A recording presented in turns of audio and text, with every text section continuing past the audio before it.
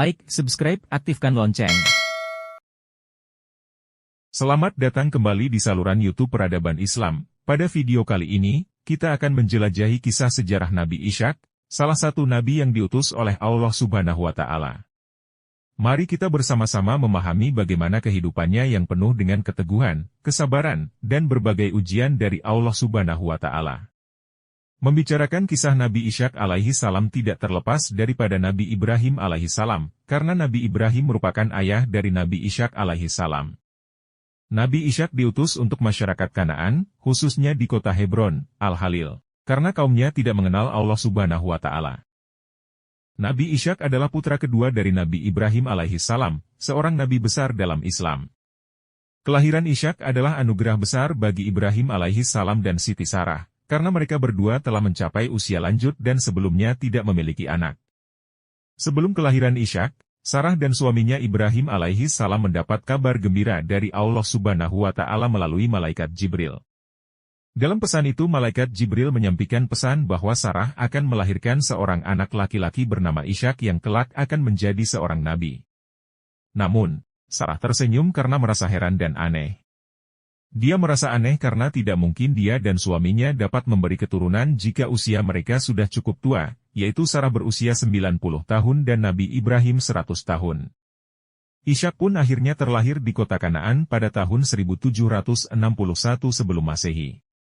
Ishaq merupakan anak kedua dari Nabi Ibrahim dan Sarah setelah Ismail. Bersama Ismail, ia menjadi penerus ayahnya untuk berdakwah di jalan Allah Subhanahu wa Ta'ala. Nabi Ishaq menikah dengan Rafikah binti Batnail bin Nahur yang masih ada hubungan keluarga dengan Nabi Ibrahim alaihi salam. Namun ternyata ujian yang pernah menimpa ayah ibunya, dialami pula oleh Nabi Ishaq alaihi salam. Istrinya merupakan wanita mandul. Nabi Ishaq dan istrinya terus berdoa dengan harapan dan tawakal yang kuat. Setelah penantian panjang, keajaiban itu pun datang. Rafikah hamil dan ternyata Allah Subhanahu wa Ta'ala memberinya anak kembar. Ialah, Is atau Esau, dan Yakub. Betapa bahagianya Nabi Ishaq alaihi salam. Ia dianugerahi dua orang putra di usianya yang telah senja. Salah satu putranya pula, kelak menjadi seorang rasul.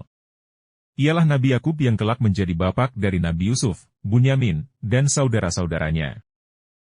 Nabi Ishaq menerima tugas untuk menyebarkan ajaran tauhid dan kebenaran di tengah masyarakat yang cenderung menyimpang di wilayah Palestina, khususnya daerah Kanaan dan Syam. Dengan penuh kesabaran dan hikmah, Ishaq memimpin umatnya menuju jalan yang benar, mengajarkan nilai-nilai moral, etika, dan keadilan. Dalam memimpin kaumnya, Nabi Ishaq dikenal sebagai nabi yang bersifat ramah tamah sehingga umatnya merasa senang, rukun dan diberi kemakmuran yang berlimpah ruah oleh Allah Subhanahu wa Ta'ala. Nabi Ishaq meninggalkan warisan berupa ajaran-ajaran ilahi yang tetap diikuti oleh umat setelahnya.